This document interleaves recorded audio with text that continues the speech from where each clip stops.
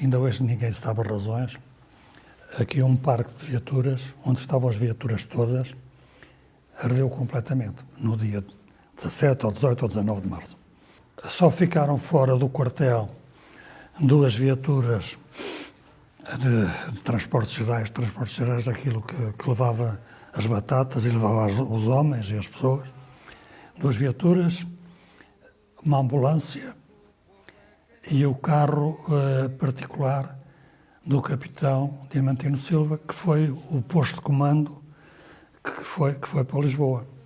E foi nesse carro particular que nós, à 00h20, ali em frente ao edifício da radiodifusão, e nós esperámos lá a senha, que é o Grândola Vila Morena, à 00h20. Estávamos os 5 no carro do capitão Gertrudes da Silva.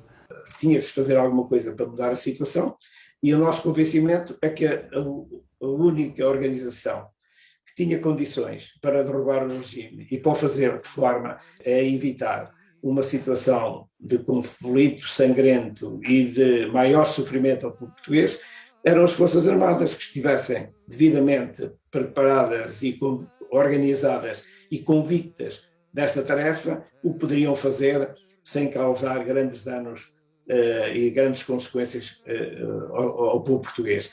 Passaram 47 anos, mas a memória coletiva não esquece aqueles que pacificamente derrubaram um regime ditatorial com mais de 4 décadas.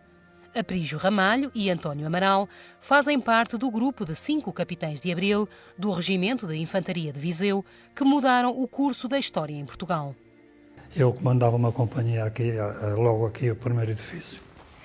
E cheguei lá à 00h22 ou 23, pedi para se levantarem, para formarem no átrio, e disse-lhes claramente: hoje está-se a passar isto aqui em Viseu, mas pelo país fora está-se a passar a mesma coisa.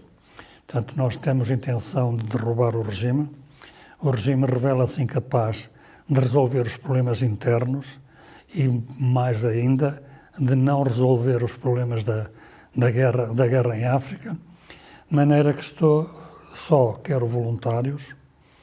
Quem não quiser aderir, faz favor, volta para a cama, não há problema nenhum.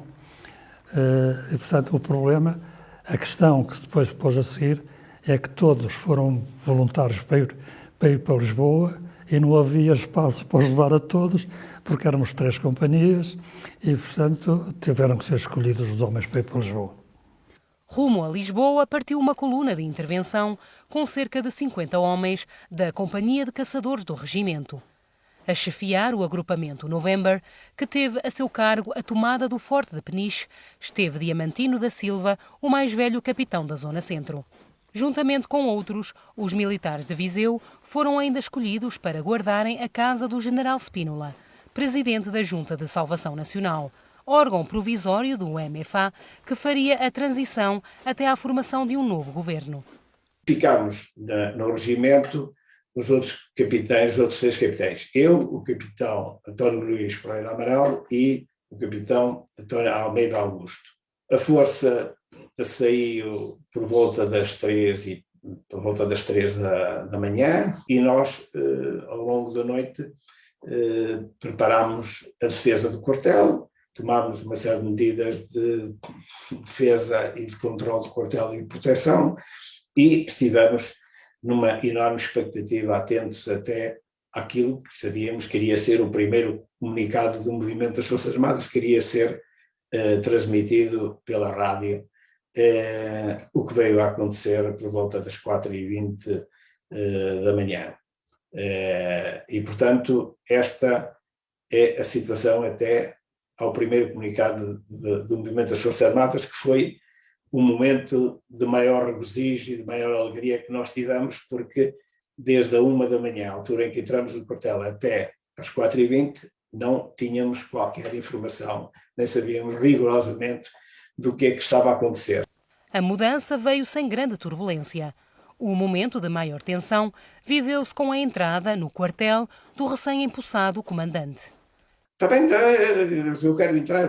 Não, antes de eu entrar tem que nos dar uma garantia que é dar-nos a sua palavra de honra de homem e de militar, que, entrando no quartel, assume o comando do regimento de Infantaria 14, que neste momento está assumido por mim, mas o senhor assume o comando do regimento como regimento do movimento das Forças Armadas e com todas as implicações que isso envolve.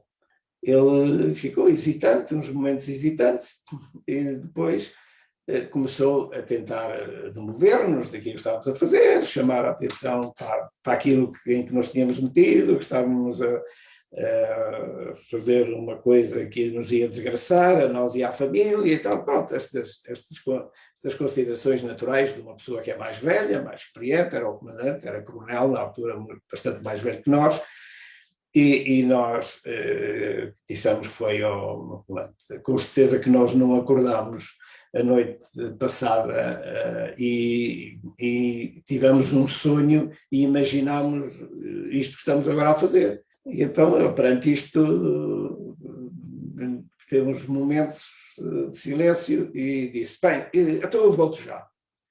E saiu e não voltou mais. Não. As vésperas do 25 de Abril foram marcadas por peripécias entre os capitães. António Amaral teve de socorrer camaradas que transportavam os extratos da Ordem de Operações para Lamego, depois de uma avaria no veículo perto de Santa Combadão.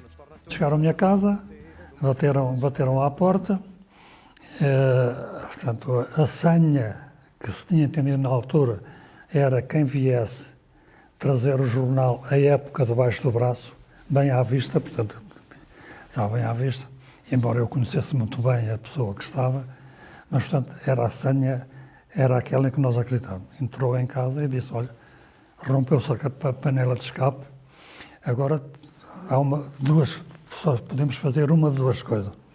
Ou vais connosco ao Lamego, ou empresta-nos o carro para irmos a Lamego.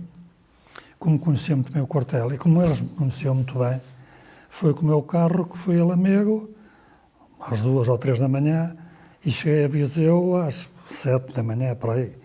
Tomámos um pequeno almoço em minha casa, vim para o quartel, eu não sabia onde havia de meter o papel que me tinham dado, e meti entre o corpo e a camisola interior esse papel, que apertei com o cinto.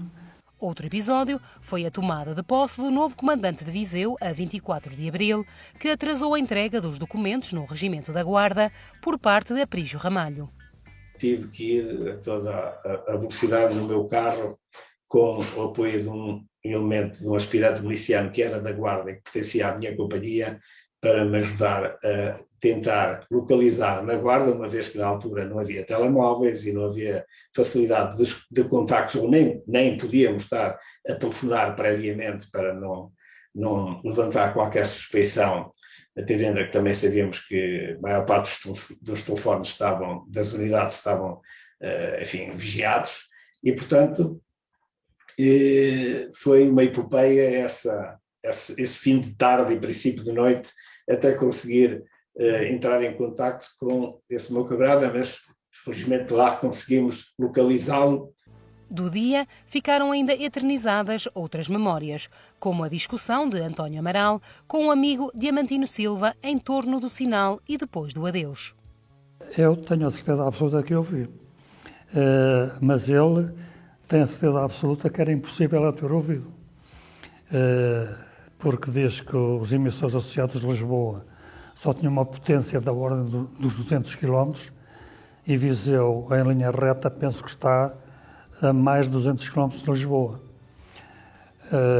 Eu tinha aquele rádio, curiosamente foi um rádio que tinha comprado no barco, no Vera Cruz, nessa comissão para Moçambique, e era nesse rádio que eu ouvia as ondas curtas, as notícias da BBC, os relatos de futebol e etc. Portanto, não sei se o rádio era muito potente, mas eu não tenho dúvidas nenhumas que eu ouvi às 11 da noite, ou depois do adeus do Paulo de Carvalho, como ouvi no rádio do carro do Capitão Silva, ouvimos todos, a grande Alvira Moreira, aqui à 00:20. Vocês tinham noção na altura que estavam a fazer história?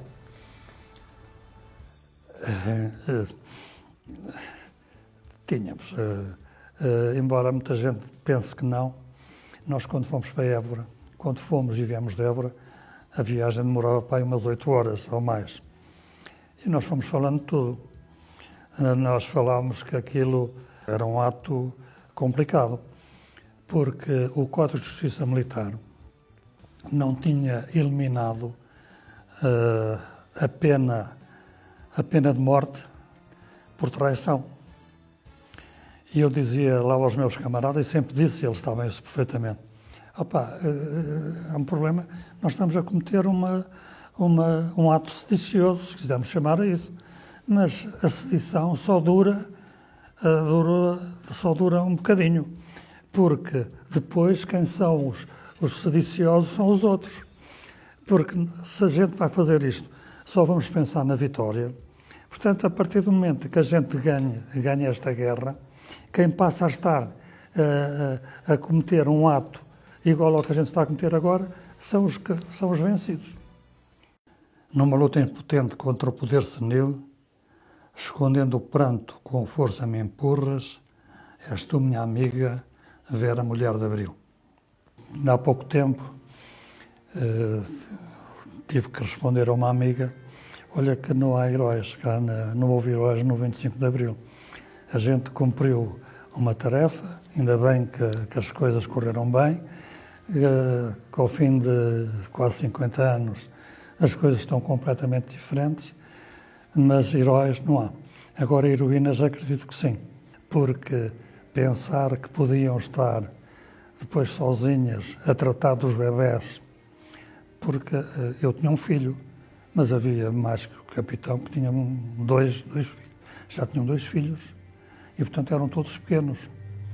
E, portanto, se fossem confrontadas com a quebra de um rendimento do marido e com a necessidade de ter que educar os filhos e de ter que acudir à sua vida pessoal também, seria muito complicado. Aprígio Ramalho e António Amaral, hoje tenentes generais na Reforma, salientam as melhorias ao nível da liberdade, da segurança social e do poder local, mas referem que os ideais sintetizados nos 3Ds, que mobilizaram toda uma sociedade, não foram plenamente alcançados. É uma vergonha para todos nós que haja ainda portugueses que não têm o mínimo indispensável para terem uma vida digna e os direitos fundamentais do homem sejam de facto cumpridos e sejam garantidos a todos os portugueses. Neste momento, muito mais de 1/3 dos capitães que participaram no 25 de Abril já faleceram. Eu penso que a grande mágoa com que eles foram para lá foi exatamente essa. Não ter ainda o desenvolvimento, a dimensão que a gente pensou que podia vir a ter.